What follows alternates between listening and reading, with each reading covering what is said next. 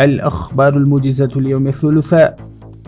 صرح وزير الحدود والقبائل الملا نور الله نوري تم حل 133 نزاعا رئيسيا ونحو 300 نزاعا صغيرا من خلال التجمعات القبائلية، مما أدى إلى وفاة 691 شخصا وجرح المئات.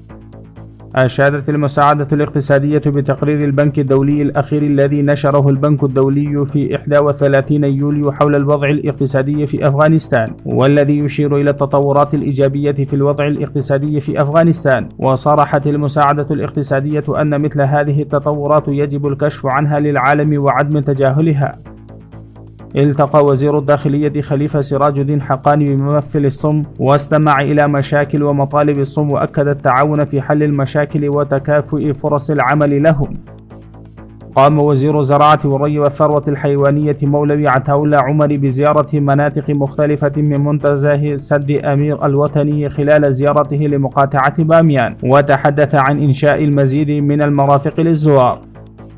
حسب تصريحات بلدية كابول يجري أعمال بناء الطرق في الجزء الأول من منطقة ذي مزنغ.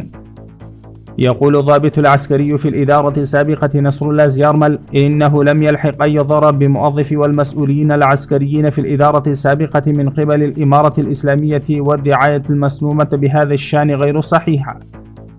يقول مسؤول غرفة صناعة قندهار إنه تم إيلاء اهتمام خاص للصناعة في ظل حكم الإمارة الإسلامية.